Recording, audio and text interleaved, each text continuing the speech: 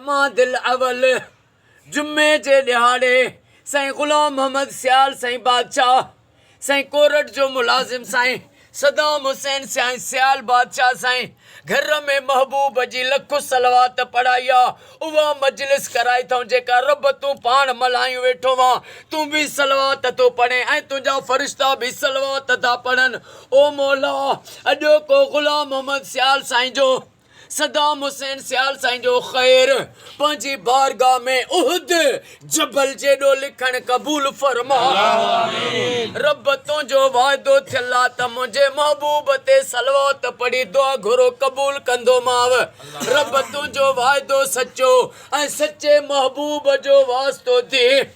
सदाम सियाल साईं जी अम्मा मिठी असांजी अम्मा खे सिहत ॾे ऐं वॾी हयाती अता फरमा गुलाम मोहम्मद सियाल साईं खे साईं जे बचड़नि खे ओ मौला क़यामत ताईं आबाद फरमा साईं मोहम्मद हाशिम साईं खे सजाद अली सियाल साईं खे मौजज़े सां नौकरियूं अता फरमा आकाश सियाल साईं खे वॾी हयाती अता फरमा जेके भी सियाल आहिनि दुआ में वेठा आहिनि सभिनी जे दिलनि जूं जाइज़ तमन्ना पूरियूं फरमा साईं मोहम्मद बख्श मेतलो साईं खे साईं जे बचड़नि खे मौला क़यामत ताईं शादो आबाद फरमा साईं वारनि जे रोज़ीअ में बरकतूं गंजो अता फरमा साईं कोरट जो रीडर साईं कुर्बान अली सहतो साईं खे साईं जे अम्मा मिठी के मदीने ईरान इराक जी हाज़िरी ज़ियारत मूंखे भी हाज़िरी ज़ियारत गुलाम मोहम्मद साईं के सदाम साईं के भी ये ज़ियारतूं असांखे सभिनी के नसीब फरमा बाबा हाजी अल्लाह वधायो भंड साईं जा बेड़ा पार फरमा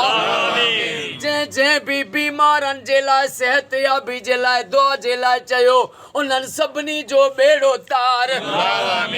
असांजे जमात जे निगरान साईं अरबाब अली मेतलो साईं जी मदद फरमा जेके भी वकील इन दुआ में वेठा आहिनि सभिनी खे गंज अता फरमा एडवोकेट शहबाज ॾिनो मेतलो साईं जो बेड़ो तार असां सभिनी जो बेड़ो तार अल्लाह असां सभिनी जी मदद फरमा इमाम हुसैन जी नंढड़ी न्याणी अम्मा मासूम बीबी सकीना जो वास्तो थी सदाम सियाल साईं जे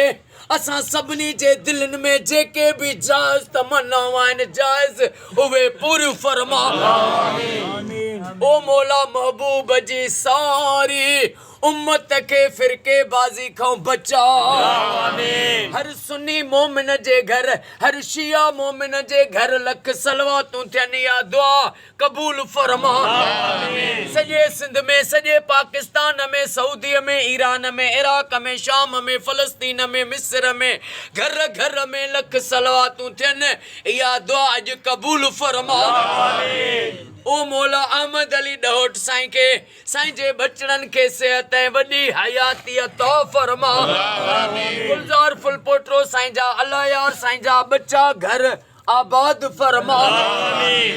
सदाम हुसैन सियाल साहब के जंहिं भी दुआ जे लाइ चयो उन्हनि सभिनी जो बेड़ो तार